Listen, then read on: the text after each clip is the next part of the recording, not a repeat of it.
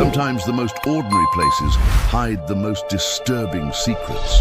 What appears to be a normal work routine can transform into the worst nightmare of your life, catching you off guard when you least expect it. For several months now, I've been working as a supervisor at the Coca-Cola bottling factory in a small municipality in northern Mexico. It seemed like a straightforward job, the kind that promises stability and a decent future. I always believed that honest work at a reputable company would be the best way to build something solid, something lasting. So when I got the position, pride filled my chest. They placed me in the supervision area of the bottling and labeling line. Tedious work, perhaps, but secure. There was a sense of camaraderie among the workers that made the constant roar of machinery and the pressure to meet production quotas bearable, almost manageable. However, as the days wore on, I began noticing details that at first I dismissed as insignificant, mere quirks of factory life. From my very first shift, the general supervisor, Mr. Miguel, warned me that some colleagues would leave before finishing the night shift. It wasn't permitted, of course, but nobody offered explanations, and nobody seemed to demand them. I assumed they might have second jobs or complicated family situations, the usual reasons people bend the rules. Yet as the week progressed, I perceived something deeper lurking beneath those simple excuses, something that couldn't be explained away so easily. A strange kind of silence would descend over the area after 11 at night, when the lights seemed to flicker more than normal, and the steam from the factory formed peculiar shapes between the corridor's shapes that seemed almost deliberate. I remember my first encounter with what I later considered a warning sign happened during an especially hot night, the kind where the air itself feels heavy with anticipation. We had already completed the daily quota of bottles, but several delayed orders remained pending. Miguel had left with his usual hurry, always rushing somewhere, never quite present. "If you have to stay to supervise, no problem," he told me, his voice distant, distracted. "Just make sure everything's in order before shutting down the conveyor belts." One of my colleagues, Daniel, was in the cleaning area, and I could see him from a distance with his broom, sweeping the puddles that formed from occasional leaks in the syrup tanks. The repetitive motion seemed mechanical, almost trance-like. I approached him to ask if he needed help, trying to break the oppressive atmosphere. Daniel looked at me for a second, his eyes reddened from exhaustion or something else entirely, something I couldn't quite name, and he said nothing. In the background, the constant hum of refrigeration machines droned on endlessly. I felt a heaviness in the air, thick and suffocating. Then a sharp sound echoed to our left, as if someone had thrown a metal box against the floor with violent force. I rushed to see what had happened, thinking perhaps a stack of packaging had collapsed, creating the disturbance. I found nothing, no boxes, no signs of anything having hit the ground, no explanation whatsoever for the sound we both clearly heard. Daniel led him to whisper, his voice trembling slightly. "Sometimes strange things happen here." I couldn't extract any more information from him, no matter how I pressed. The following night, I accepted an extra shift, telling myself I needed the money, though perhaps curiosity played a larger role than I admitted. The sweet smell of syrup became nauseating after so many hours, coating the back of my throat. So I would step outside to breathe fresh air near the loading and unloading zone for trucks. The place stood nearly empty, illuminated only by weak yellow floodlights that cast long, distorted shadows. Have you ever felt that moment when everything shifts, when normalcy crumbles, and you sense something watching you from just beyond your perception? That's when I heard it, to my left, a muffled laugh, as if someone were mocking me in a low voice, deliberately trying to unsettle me. I turned my head and saw the figure of a tall man leaning against one of the light posts, his silhouette dark and imposing. I assumed it would be a colleague in the black security uniform. I prepared to greet him, already forming words in my mouth, but when I got closer, he vanished between two rusty dumpsters, disappearing as if he'd never existed. When I reached that spot, I realized the corridor had no exit, no door, no corner through which he could have escaped so quickly, so completely. The physical impossibility of it shook me more than I wanted to admit. I didn't give it much importance at the time, convincing myself I was more exhausted than I thought, that my mind was playing tricks. The days passed with apparent normality, each one bleeding into the next. But on certain nights, mainly during the second half of each week, the tension would increase in inexplicable ways, building like pressure before a storm. Truck drivers would tell stories of lights that turned off by themselves and equipment that stopped functioning for no reason. Machines that had worked perfectly for years, suddenly failing. Meanwhile, Supervisor Miguel seemed increasingly absent, even when physically present. He didn't miss work, but his face displayed an exhaustion that went far beyond lack of sleep, a weariness that seemed to emanate from somewhere deep within his soul. His hands trembled constantly, and sometimes he would mumble phrases we couldn't understand, words that seemed to come from somewhere else entirely. There was a moment when, right in front of us, he lost his train of thought mid-sentence and stood staring fixedly at the wall, as if something were watching him from the shadows, something only he could see. One afternoon before the night shift began, I met Daniel at the cafeteria, the fluorescent lights buzzing overhead, sharing the comments and affirmation beginning with, "I recognize that." About a moment when you sensed something beyond ordinary explanation, when reality revealed its hidden layers. Your experience matters because these acknowledgements connect us to truths we often fear to voice alone, creating a community of witnesses to the inexplicable mysteries that surround us. By sharing, you honor your own perception and validate the experiences of others who have felt that same unsettling awareness. I asked him why, when I had approached him that time, he had become so serious, so withdrawn. After checking that nobody was listening to us, he confessed that for years he'd heard rumors among the older workers, whispers passed down like dark folklore. There were stories about strange silhouettes appearing on the production line after everyone had left, about voices coming from the refrigeration chamber, and most disturbing of all, about an old record of workers who had suffered inexplicable accidents in the bottling area, injuries that defied logical explanation. According to Daniel, the oldest part of the factory, constructed several decades ago, connected to a basement rarely used except for storing forgotten equipment, machinery from another era. There, according to what he told me, things happened that nobody dared investigate, phenomena that people chose to ignore rather than confront.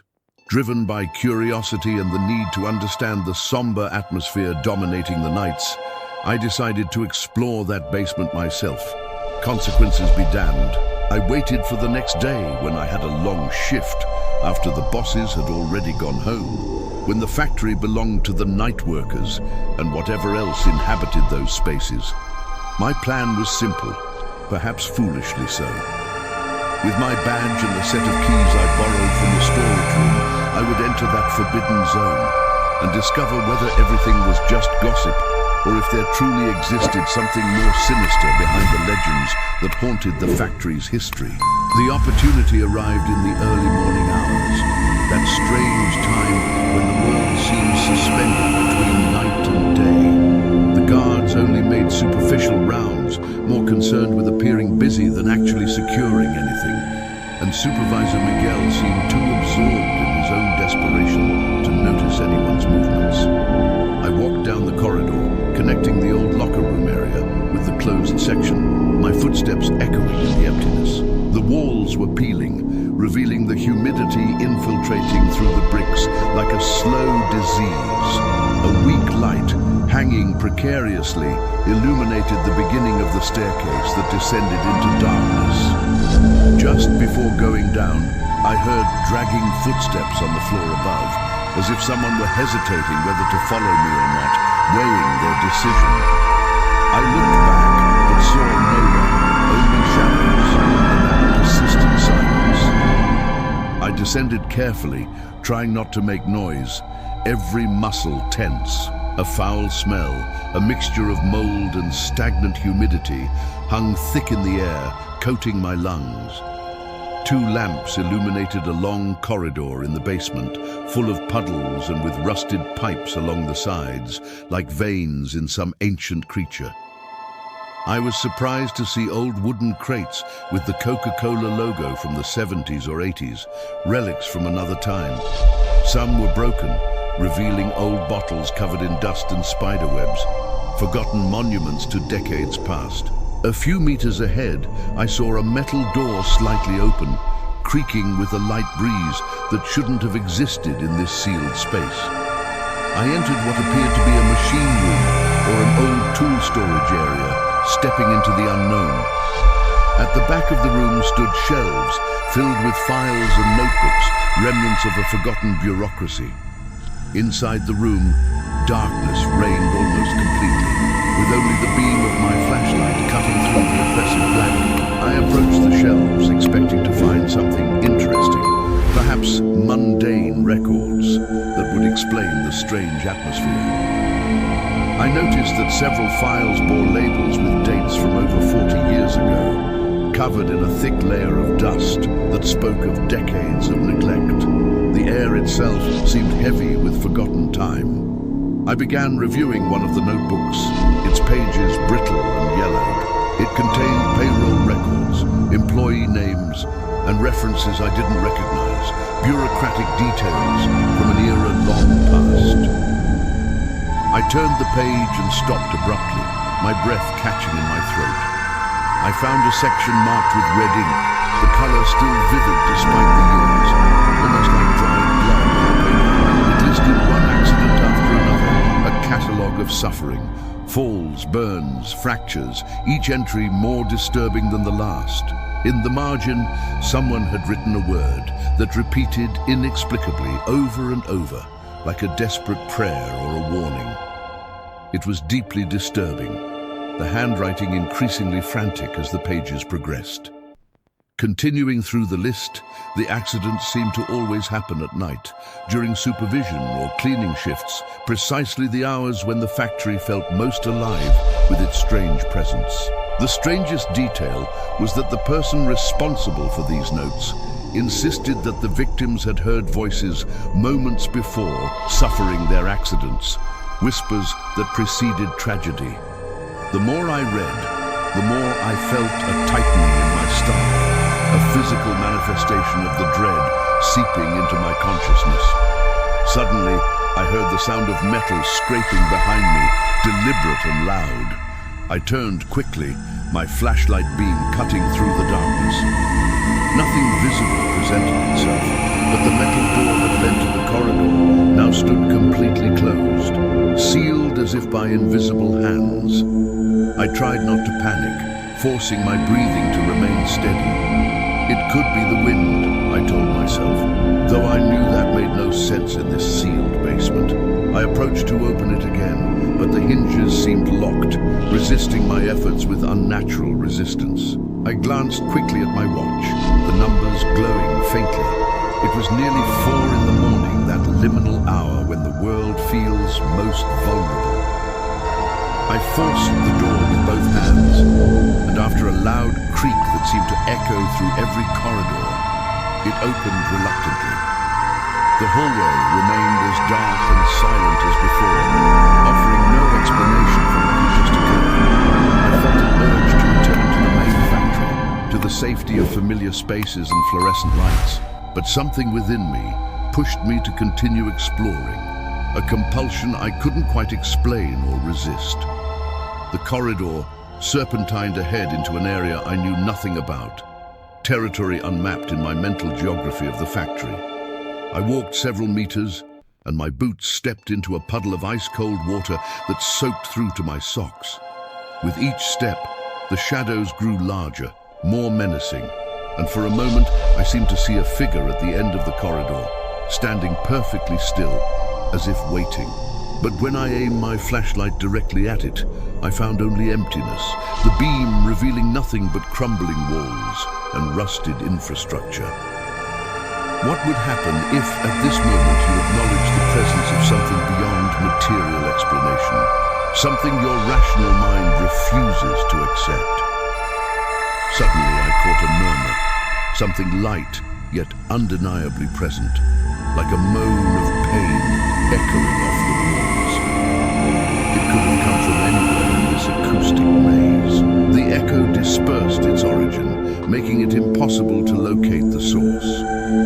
Understanding this fear means recognizing that our perception extends beyond what we've been taught to accept, that reality contains layers we usually ignore for our own comfort and sanity. I continued walking until I reached a grate, its bars thick and forbidding. Beyond it, stairs descended even deeper into the earth, into realms that seemed to exist outside normal space.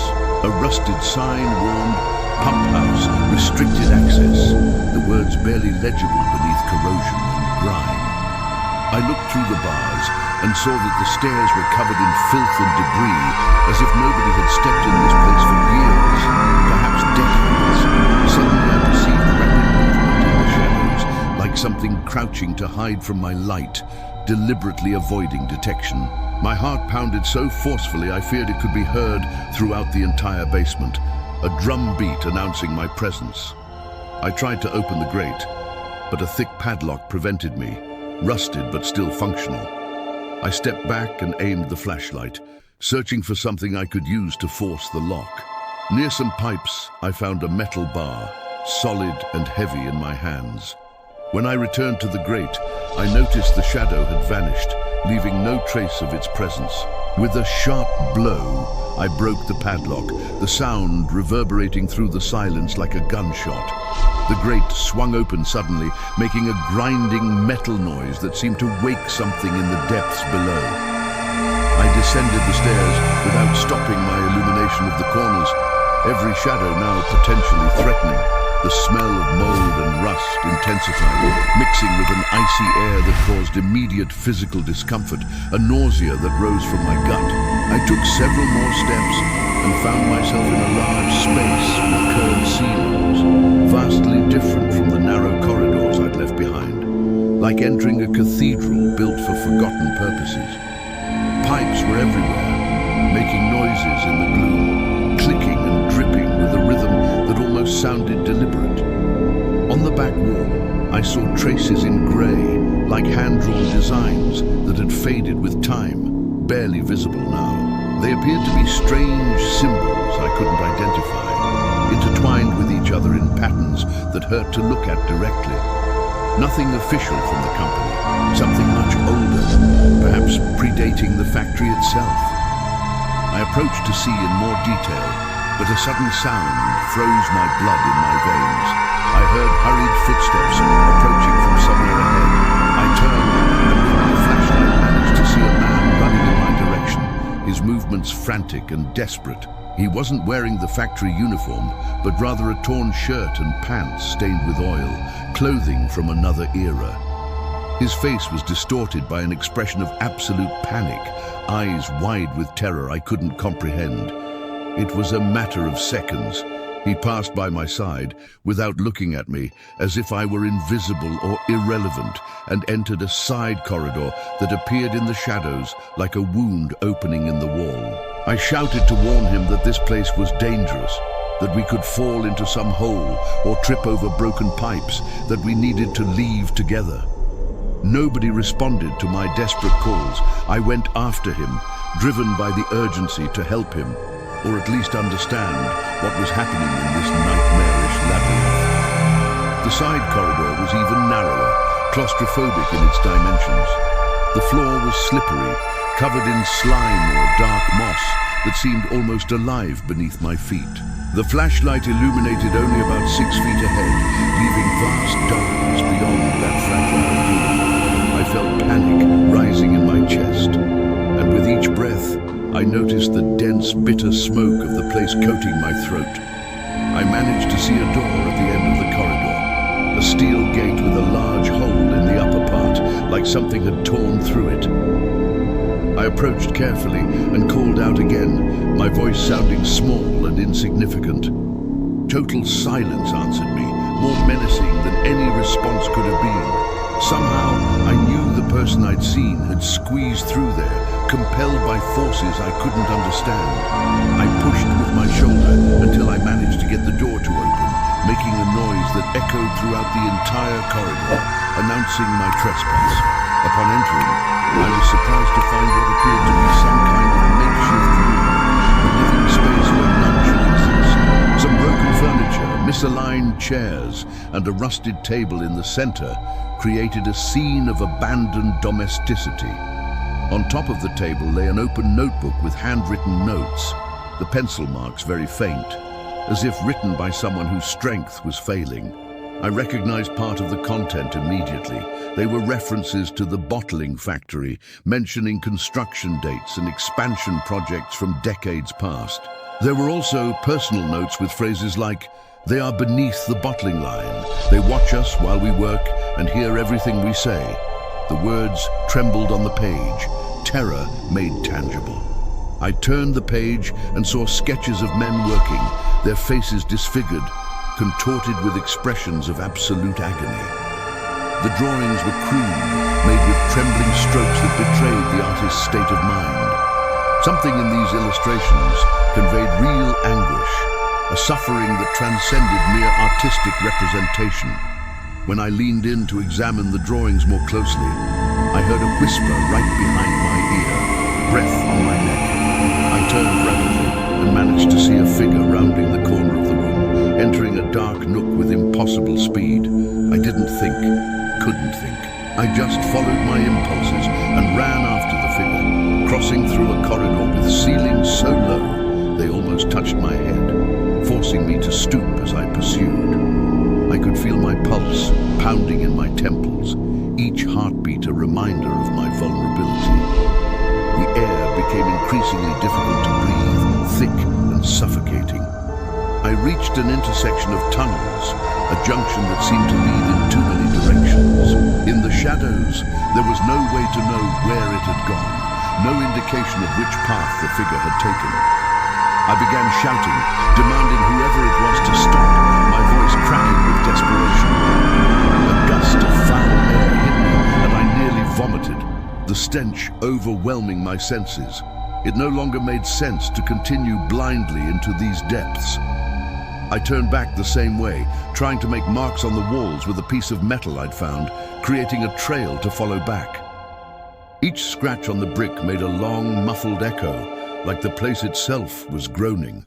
After several minutes lost in identical corridors, disoriented and terrified, I returned to the room with the table, relief flooding through me. I had to get out of there and return to the factory, back to the world of light and reason.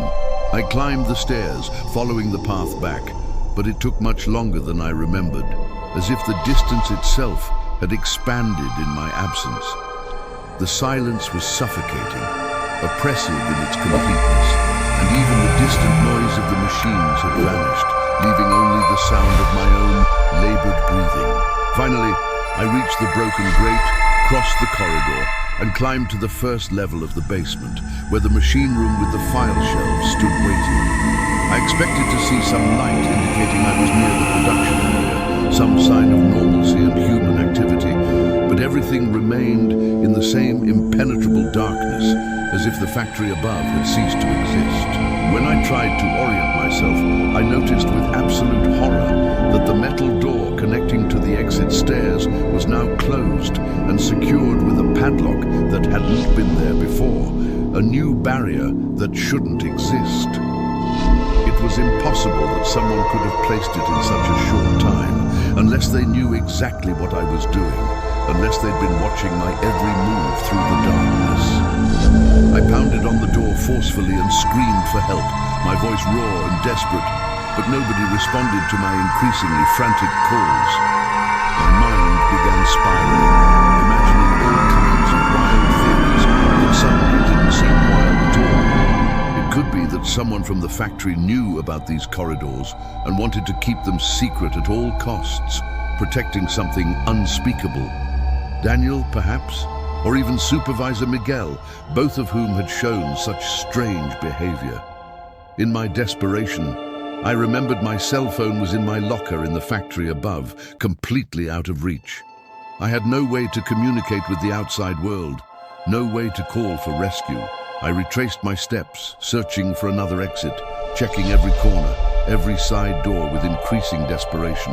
Everything was locked or blocked by debris, as if deliberately sealed to prevent escape.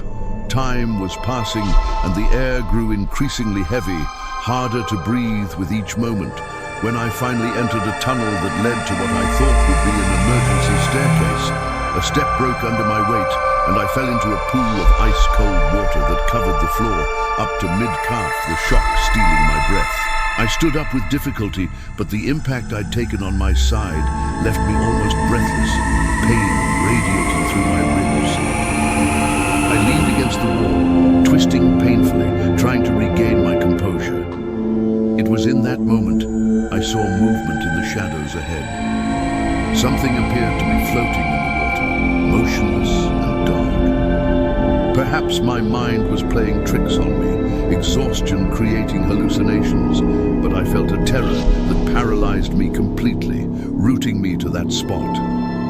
I walked 2 steps forward and aimed my flashlight with trembling hands.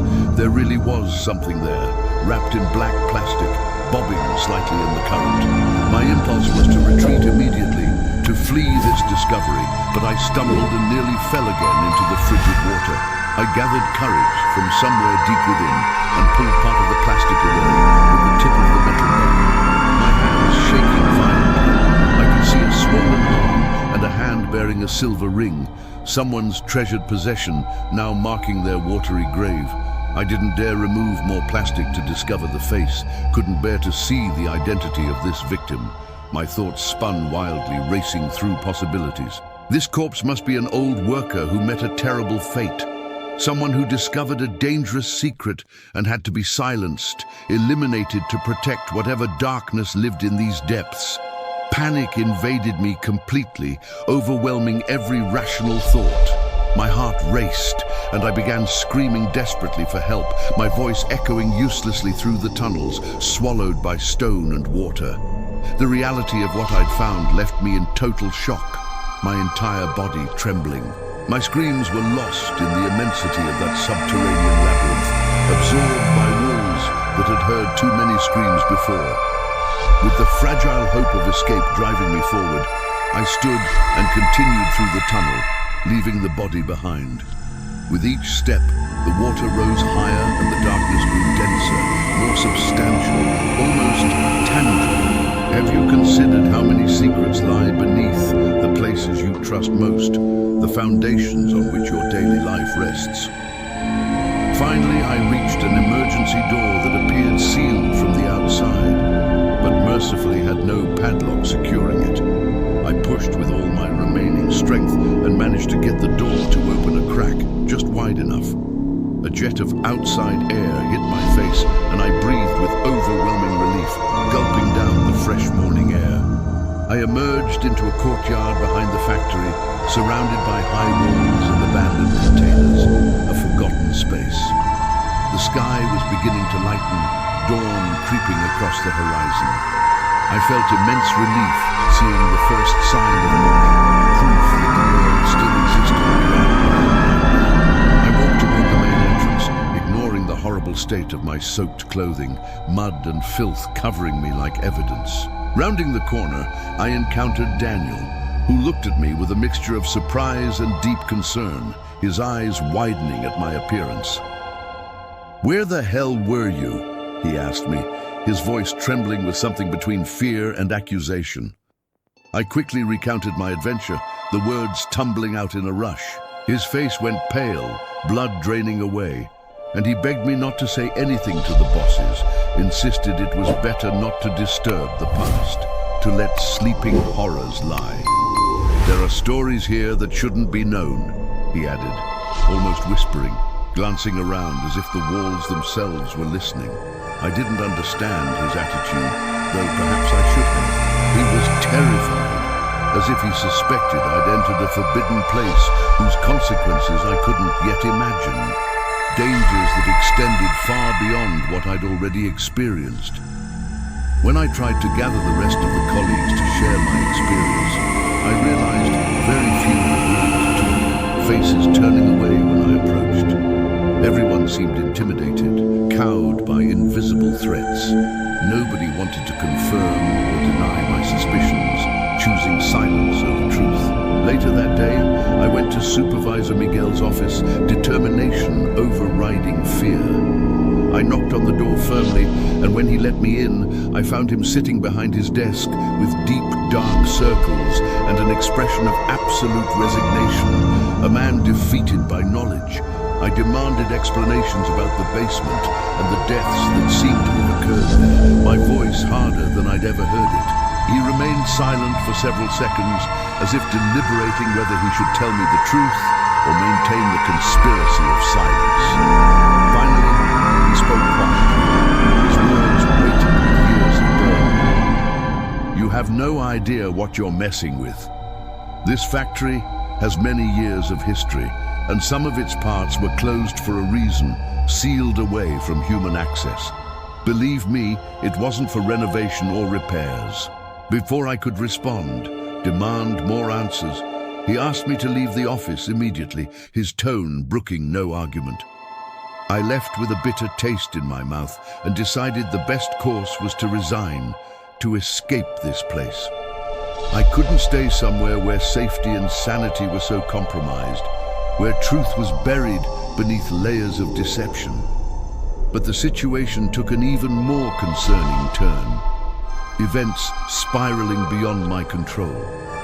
When I tried to leave the premises, 2 security guards intercepted me and communicated with apparent cordiality that I couldn't leave until the company doctor examined me, given my physical state, their smiles not reaching their eyes.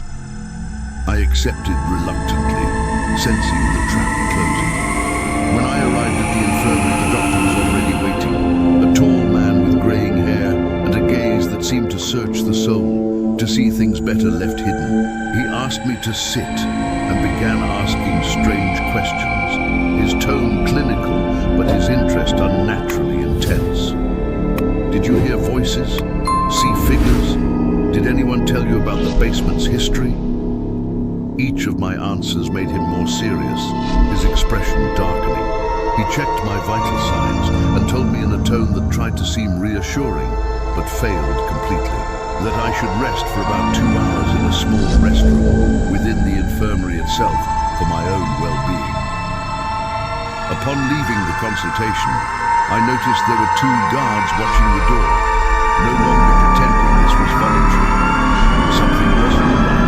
The pretense in thought. I had suddenly become a prisoner within my own workplace, confined by those who should protect workers. I decided there was only one way out: escape without leaving a trace, disappear before they could contain me further. I waited for the guards to become distracted, their attention wandering, and slipped out of the room silently. I took a side corridor I knew well and hid myself, using my knowledge of their routines on the production line to my advantage. When I saw an opportunity, a gap in their patrol, I ran toward the back of the factory where the cardboard storage areas were located. There I hid until, after about 10 minutes that felt like hours, I managed to reach an exit door used by loading personnel, a way out they hadn't anticipated. I ran without looking back, my soaked clothing weighing me down, my mind numb, and a sharp pain in my side making each breath agony. Once outside, I took the path back home, moving through streets that suddenly seemed foreign. My phone remained in the locker, but I couldn't return for it, couldn't risk being captured again. Physical and mental exhaustion overcame me, and I had to sit on the sidewalk of a street to catch my breath, my body finally giving in. I tried to organize my thoughts, to make sense of the nightmare. I had found a corpse in a submerged passage, a record of fatal accidents spanning decades, notes written by someone who probably went mad down there in the darkness. The supervisor was complicit, and the guards seemed ready to detain me, to silence me as others had been silenced. Then I understood that the most terrifying thing of all was the profound silence enveloping the employees, the conspiracy of the ordinary. Nobody wanted to speak, nobody dared break the code of silence. Daniel with his nervous attitude and Miguel with his clear resignation were part of this chain of secrets stretching back years. How many more were involved? How many preferred to ignore what happened beneath their feet, choosing willful blindness over dangerous truth? In the end, the answer seemed to be the same, unchanging across decades. It didn't matter how many knew, because that place seemed to have a life of its own.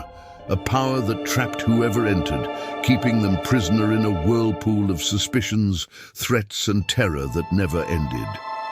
I arrived home before dawn, fully broke, and locked myself inside, not knowing what to do next, paralyzed by fear and exhaustion. The company hadn't tried to locate me, at least not officially through normal channels, but part of me feared they would come, that they'd find me eventually. Express in the comments a personal truth, beginning with, "I discover that," about a moment when you realize the institutions around you held darker secrets than you'd imagined, when the comfortable facade cracked. Your testimony matters, because acknowledging these discoveries breaks the isolation fear creates, the silence that protects institutional darkness. By naming what we witnessed, we reclaim our power from those who demand our complicity through silence, and we honor the truth that others were silenced for discovering. I feared someone would knock on my door and demand I remain silent, threaten me into complicity with whatever darkness I'd uncovered. I feared everything I had seen and heard, every terrible revelation etched into my memory. I feared the basement, with its corridors and secrets, would continue calling me in dreams, pulling me back into those depths, even as I slept. I knew my life would never be the same again, that I'd crossed a threshold from which there was no return. People talk about ghosts, about strange presences and inexplicable events, dismissing them as superstition or imagination. But I never thought something like this could inhabit the foundations of such an ordinary place, lurking beneath normalcy. A location where every day thousands of bottles are filled, sealed, and distributed throughout the country. A mundane operation, hiding unspeakable darkness. Sometimes the true horror doesn't exist in remote or abandoned places, but within reach of our hand, hidden right beneath our routine, disguised by the familiar. I'm not seeking to convince anyone of anything, to make believers of skeptics. Telling my story is the only way to free myself, at least somewhat, from the burden I carry, the weight of knowledge I never wanted. I spent entire nights asking myself if everything was real, or if my mind, exhausted by routine and pressure, played tricks on me, created hallucinations from stress. But then I remembered the corpse, wrapped in black plastic, its swollen flesh, and silver ring, and the supervisor's lost gaze, and Daniel's terrified attitude, and I know what I experienced was true, undeniably real. There's no reflection that consoles, no calm that helps me erase the images that remain engraved in my consciousness, burned into my memory. What I found in that basement, I couldn't explain even to my own family, couldn't share with those I love most. I preferred to remain silent, rather than drag them into the consequences of my discovery, to protect them from whatever might come seeking those who know. But every time I pass near the factory, I feel the knot in my throat and the same tension in my chest, physical manifestations of trauma. The certainty that beneath the earth, where these apparently harmless machines rest, there exists a labyrinth of shadows, and a handful of secrets I should never have discovered, truths meant to remain buried. What I learned that night changed my life forever, altered the fundamental way I perceive reality. There are things in this world our minds cannot fully process, concepts that exceed human understanding. Buried secrets that should remain that way, protected by layers of denial and forgetting. But when you discover the truth about a place, you can no longer see it the same way, can never return to innocent ignorance. Today, when I pass near the factory, my body trembles involuntarily and my breathing fails, becomes shallow and rapid. I know that down there, in the depths I explored, there still exist answers I should never have sought. mysteries that protect themselves through violence. And worst of all, I'm certain I wasn't the first to discover these secrets, nor will I be the last to stumble into that darkness. The difference is that I survived to tell the tale, escaped when others didn't. What would it mean for you to acknowledge the truths you've been avoiding, the realities you pretend not to see, because facing them would shatter your comfortable worldview? Some experiences mark our lives so profoundly we can never forget them, no matter how desperately we try to move forward. The story I'm about to tell changed forever my way of seeing the world, and taught me there are things beyond our comprehension, forces that operate outside human logic. My name is Marcelo. I'm 26 years old, and until recently I led a quite ordinary life, unremarkable in every way, without any event that made me question my sanity or the nature of reality. I worked in various places with different schedules, adapting to whatever employment offered, but I never encountered anything as disturbing as what I experienced at the Coca-Cola bottling factory in the state of Jalisco, Mexico, a nightmare disguised as honest work. I need to tell this story in the smallest details, exactly as it happened, reliving every moment, because I feel that if I don't do this, my mind will explode, and I'll never manage to have a peaceful night's sleep again, will remain trapped in this waking nightmare. Let me be clear that I don't intend to accuse anyone or damage the company's reputation to wage war against corporate power. I simply want to share what I lived through and perhaps prevent another person from going through the same terrible situation I endured, to serve as warning. My first day of work began with a mixture of enthusiasm and nervousness, the normal emotions of new employment. I arrived at the facilities very early, when dawn was barely breaking across the horizon. The fresh morning air, mixed with the metallic and slightly sweet smell I always associated with large maneuvering yards, industrial spaces. I presented myself at the security booth, received my identification badge, and they indicated I should go to the supervision area where a man named Cesar would welcome me, orient me to my new position. Cesar was a man of about 40 years, robust and solid, with a carefully trimmed mustache and a soft-toned voice that contrasted with his tough appearance, an unexpected gentleness. He explained my functions: supervise, so the production lines functioned without setbacks, and verify that delivery vehicles left on schedule with merchandise, maintaining the smooth flow of operations. Between jokes, he warned me not to be alone after midnight if I was assigned the night shift, his casualness not quite masking something deeper. I thought it was a prank for newcomers, hazing the new guy, so I simply laughed it off. Still, I noticed a strange shadow in his eyes when pronouncing those words, a darkness that belied his joking tone. The first week, everything functioned with relative normalcy, no signs of trouble ahead. I limited myself to walking the corridors, notes, checking sugar levels, labels, batches and expiration dates, performing routine inspections.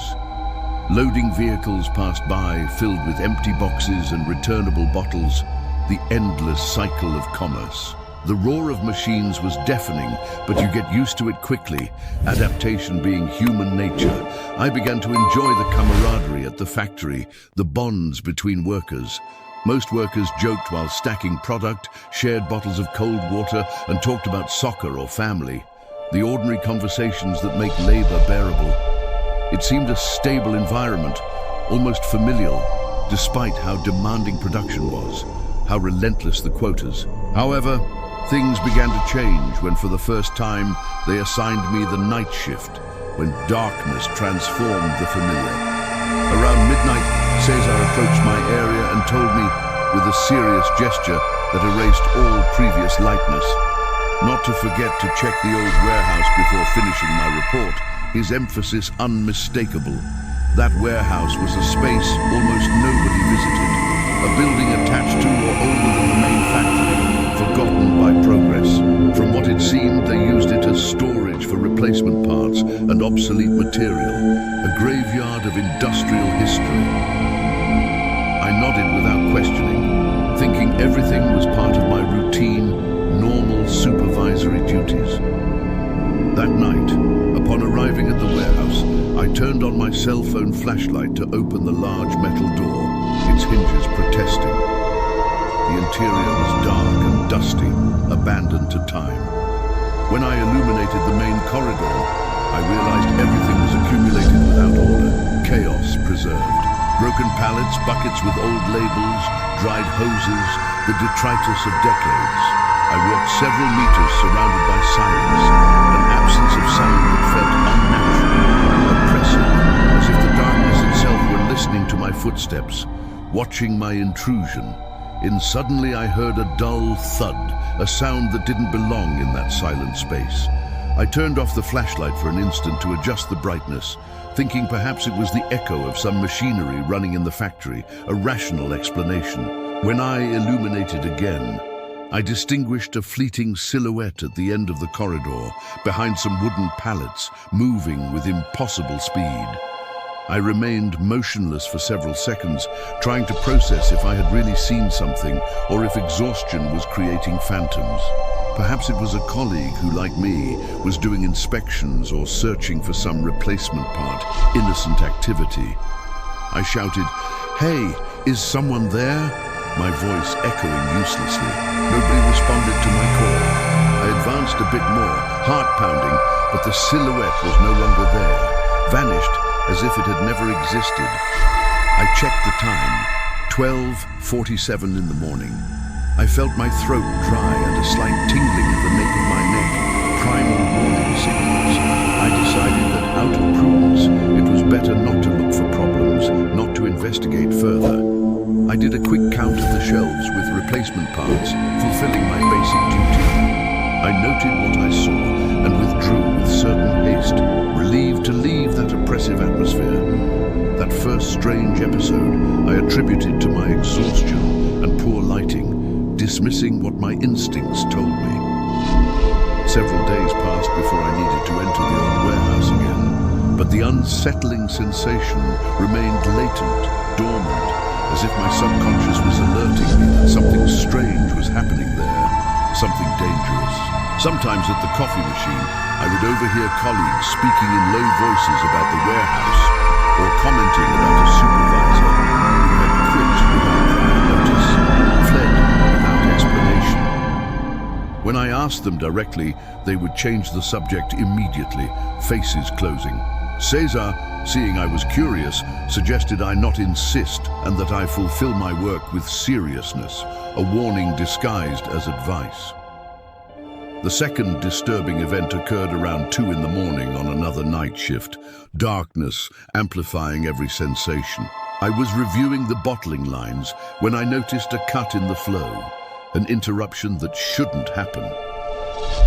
One of the conveyor belts stopped functioning mysteriously, without warning or reason. The responsible operator, a young man named Paolo, told me the system had shut down without cause, equipment failing inexplicably. I went to check the switches and realized the electrical panel showed failures in the old warehouse sector, forcing my return. With irritation, I had to head again to that place to check if some generator had tripped, duty overriding fear. Upon crossing the metal door, I felt the air colder than usual, unnaturally frigid. An insistent dripping fell from the ceiling, forming a murky puddle on the floor that reflected no light.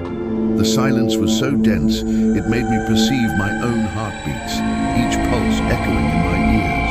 I advanced cautiously toward the fuse box, every sense alert. Then I heard a murmur, as if someone was speaking in a very low voice, words just below comprehension. I aimed the flashlight to the left and could see wet footprints on the cement floor that extended until they were lost behind some rusty shelves, a trail leading somewhere. I armed myself with courage and followed the trail, compelled despite my terror. It was difficult to focus my vision because the cell phone flashlight wasn't very powerful, casting weak illumination. When I rounded the shelves, I found nobody there, only empty space. I only saw a corner full of old parts, forgotten machinery. Suddenly I heard something metallic fall to the floor behind me. Deliberate sound. I turned startled, and for an instant I seemed to see the thin, haggard face of a man staring at me fixedly, as if resenting my presence, claiming this space as his own. I blinked, and everything disappeared, reality shifting. I'm not sure if it was an effect of the shadows or a reflection, but the fright left me petrified, unable to move. I felt my heart pounding and had to breathe deeply not to lose my calm, forcing control over panic. I checked the fuses with trembling hands, barely able to manipulate them. One of them was out of position, deliberately moved. I accommodated it, and immediately the emergency lights came on, harsh fluorescence flooding the space. I saw fleetingly before my eyes long rows of dusty and useless boxes, decades of accumulated debris. The place took on a lugubrious but real aspect, tangible horror. I left there running with the excuse of returning to the main panel, fleeing without admitting fear. I made my report and tried not to think too much about what I had felt, suppressing the experience. I didn't want to seem paranoid, didn't want to be dismissed as unstable. The next day I found Paolo in the employee cafeteria, morning light making everything seem safer. I asked if he had noticed strange things, seeking confirmation. He lowered his voice and told me colleagues had heard laments during the early mornings, almost always coming from the old warehouse, sounds that shouldn't exist. He also mentioned that in old records there was constancy of an accident that occurred 15 years ago, when a worker died trapped in a bottle assembly machine, crushed by industrial progress. From what it seemed, that machine had been transferred to the warehouse 11 years ago, retired but not destroyed. It was a subject almost nobody discussed openly, but rumors ran that the spirit of that man still roamed the place, unable to leave the site of his violent death. Hearing this disturbed me greatly, planting seeds of true terror. But I tried to maintain composure and continued with my daily tasks, pretending normalcy. As weeks passed, I began having recurrent nightmares that invaded my sleep. I dreamed of endless corridors with flickering lights and the silhouette of a man watching me from a distance, without defined face, emanating an aura of hostility and desperation that chilled my soul. I would wake with agitated breathing and sometimes noticed on my clothing a smell of dampness, as if I had really been in that warehouse during the night, as if the dreams were more than dreams. My work performance began to decline noticeably, exhaustion compounding fear. During daylight hours, everything seemed normal, manageable, but as soon as night fell and the shift extended, panic would return to haunt me, dread building with darkness. One early morning, while making my habitual rounds, I found the warehouse door wide open, swinging slightly. By protocol, that door should always be locked with a padlock, because they stored expensive parts there, valuable equipment. I thought someone had committed negligence, made a careless mistake, so I wanted to make sure there weren't thieves or imprudent workers inside, fulfilling my supervisory duty. The interior was dark, without the slightest light penetrating. On the floor were scattered puddles, surely from leaks in the ceiling or something else. I began walking, but this time I didn't use my cell phone flashlight because something told me it was better not to draw attention, to remain invisible to whatever inhabited this space. Leave in the comments your testimony with the words, "I have learned that," about a moment when you ignored your instincts and ventured into danger, when fear should have stopped you but didn't. Your story matters because these shared experiences of ignoring intuition reveal how we've been taught to dismiss our deepest warnings, to prioritize duty over survival instinct.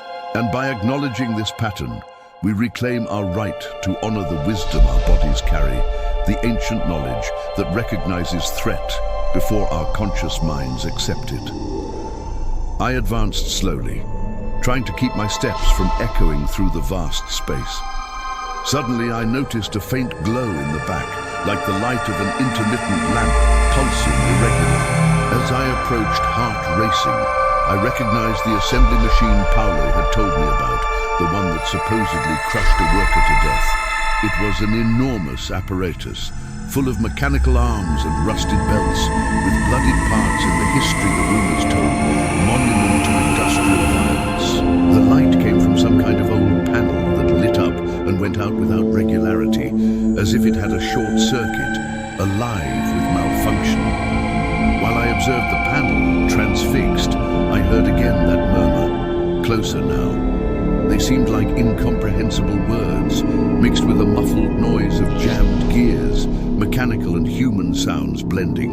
In that instant, a figure emerged from behind the machine, stepping into the faint light with deliberate menace. To spaces meant to remain undisturbed, secrets meant to stay buried in shadow. It was the form of a man in a company uniform, but his face was covered with dirt stains and appeared distorted by indescribable agony, features twisted beyond recognition. He walked with slowness, as if unable to coordinate his movements properly, limbs jerking with unnatural rhythm. My legs tensed, and I was on the point of running, every instinct screaming escape. However, something deeper in my instincts forced me to remain quiet, holding my breath, becoming invisible through stillness. The figure stopped before the machine, extended an arm, and touched with his hand that panel, which sparked with damaged electricity. In a second, the entire warehouse illuminated with a brief and blinding flash, light exploding outward. I felt a buzzing in my ears, as if a transformer had exploded nearby, sound becoming physical pressure. When I recovered my vision, blinking away spots of light, the panel switch was on, impossibly activated. I can't explain how, but energy was flowing to that useless machine, bringing dead metal to terrible life. The murmur transformed into something resembling a sharp lament, a sound of pure suffering. Panic dominated me completely, and I ran toward the entrance, abandoning all pretense of investigation. I stumbled over some pallets on the way and fell to the floor, striking my knee with sharp pain. I got up with effort and managed to exit, slamming the door behind me with such force the hinges groaned in protest. I returned to the control booth, where a security guard named Ismail was stationed, my refuge. He saw me so agitated he offered water and asked if I needed medical attention, genuine concern in his voice. I preferred not to give many explanations, couldn't articulate the horror. I only asked him to check on the cameras if they had captured anything unusual, seeking technological validation. Ismail commented that the cameras in the old warehouse had stopped functioning months ago and nobody had repaired them due to lack of budget, convenient neglect. That left me with a sensation of impotence and incredulity, abandoned to face this alone. I swallowed hard and nodded, pretending everything was under control, maintaining the facade of competence. The final straw happened a week later, the breaking point. It was payday, and almost everyone on the night shift was in good humor, celebrating modest prosperity. I remained with a constant knot in my stomach, fearing what could happen if I had to step again in that warehouse dread building. Around 1 in the morning, an operator warned me over the radio that a group of colleagues heard a very loud noise coming from the warehouse and believed something heavy had collapsed. Potential disaster. With bad will, but by obligation, duty overriding terror, I headed there with a reflective vest and a new, more powerful flashlight, better armed against darkness. The security lights this time were functioning, so the corridor was slightly illuminated, less menacing. In the back, I spotted the electrical panel, which to my surprise stood open, exposed. The fuses were arranged in a strange manner, as if someone had manipulated them at will, deliberate sabotage or invitation. Near the panel was a thick puddle, not of water, but of a dark liquid that caught the light strangely. I was frightened, thinking it might be oil, or worse still, blood from some victim. When I leaned in to observe it closely, I perceived a penetrating sour odor I didn't recognize, something organic and wrong.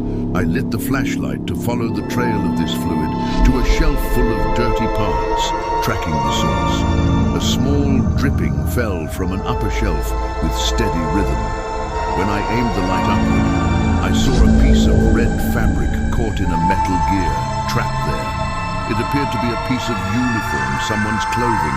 I felt sudden dizziness, but forced myself to maintain calm, fighting vertigo. I took a few steps backward and heard a strange wheeze, as if someone had difficulty breathing, struggling for air. I turned and found a man sitting on the floor with his back against the wall, collapsed in shadow. He wore the factory uniform, and although his face was semi-hidden by shadows, I could distinguish he had his eyes very wide open, in a state of shock or terror. I approached slowly and could recognize him, features becoming clear. It was Hugo, one of the most reliable maintenance technicians we had, dependable and experienced. His chest rose and fell with effort, labored breathing, and there were stains of that dark liquid on his pants, soaking through. I asked quietly what had happened, trying to sound calm. He seemed incapable of articulating a single coherent word, mind shattered. He only looked at me with desperation, pointed to the upper shelf, and his lips trembled uncontrollably. I tried to calm him, offering empty reassurance, but at that exact instant, the emergency light went out, leaving only my flashlight, plunging us into vulnerability.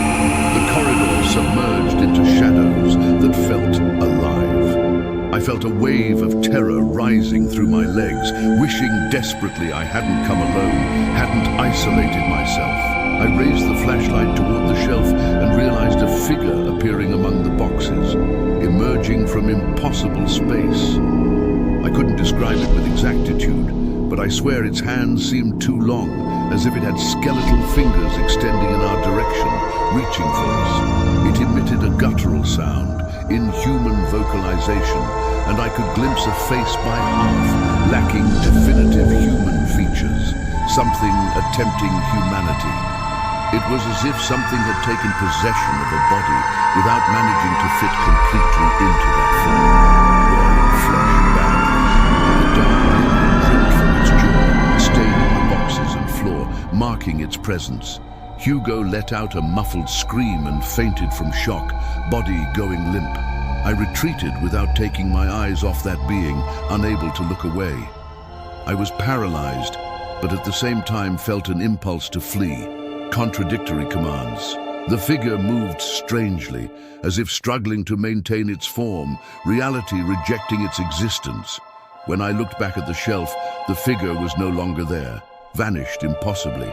Only that viscous trail remained, and my colleague's unconscious body on the floor, evidence of nightmare. I grabbed Hugo by the arm and tried to get him out of the warehouse. Rescue mission. With effort, I dragged him several meters until reaching the door. Escape. Outside, I found Caesar and a pair of security guards, who, alerted by radio, had come to see what was happening. Finally, backup. They helped me revive Hugo while I stammered, trying to explain what I had just seen, words failing. Unlike other times, Caesar didn't hide his concern. The mask fell. He took us to the infirmary and asked the factory doctor to evaluate Hugo, medical intervention. Meanwhile, he looked at me fixedly and said, "We need to talk, but not here," acknowledging shared knowledge. Later, outside the infirmary, Caesar confessed that over the years events had occurred that cameras didn't capture and company records never officially reported, systematic erasure. Several people had quit without leaving a trace, disappearing from employment, and he spoke of how the accident that occurred 15 years ago wasn't the only one. History repeating. According to his theory, there was something in that warehouse, something that fed on the fear and despair of those who worked at night. Parasitic presence. He couldn't explain clearly, but made me understand it was better to keep silent and look for employment elsewhere before becoming trapped in that story, before becoming another victim.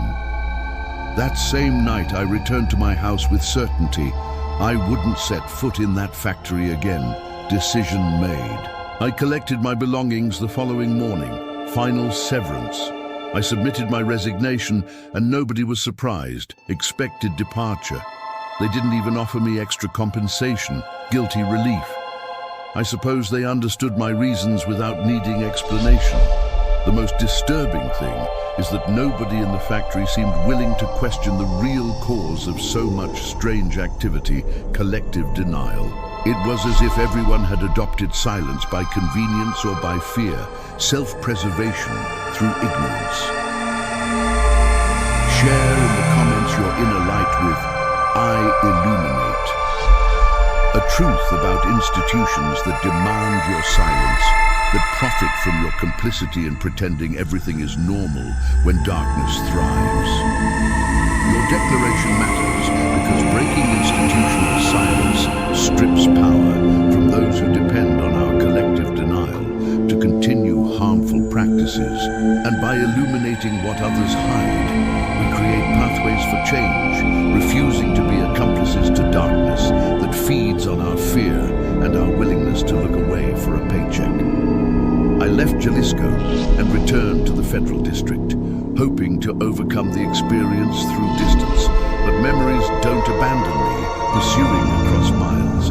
From time to time, I wake in the middle of the night with the image of that creature crawling among the boxes and the faint murmur of someone who suffered a terrible end, dying alone. Sometimes I check on the internet if there's news about accidents at that factory or about some temporary closure for health or safety reasons, seeking validation. I find nothing at all. It's as if everything continues the same, with the macabre gears of production turning without rest, grinding forward.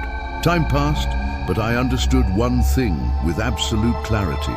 There are places in this world where inexplicable energies concentrate, nourished by past tragedies, buried secrets, and the complicit silence of those who prefer not to see willful blindness. In that abandoned warehouse, darkness gained form and substance, became tangible, like a cruel reminder that our reality extends far beyond what we manage to comprehend with reason alone, beyond materialist explanations. Perhaps one day, someone will discover the truth about that place, bring light to shadow, or perhaps manage to free whatever is trapped there, release it from torment. I only know that my experience at Coca-Cola divided my life into two parts, clean separation, before and after those events, innocent and knowing.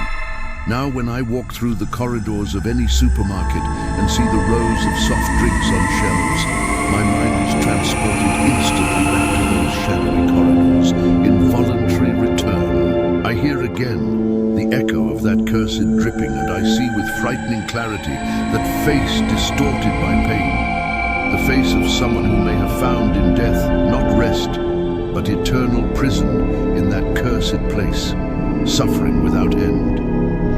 Each bottle becomes a reminder of what lurks beneath the ordinary, the horror hidden in plain sight behind corporate logos and cheerful advertising, darkness dressed in familiar packaging.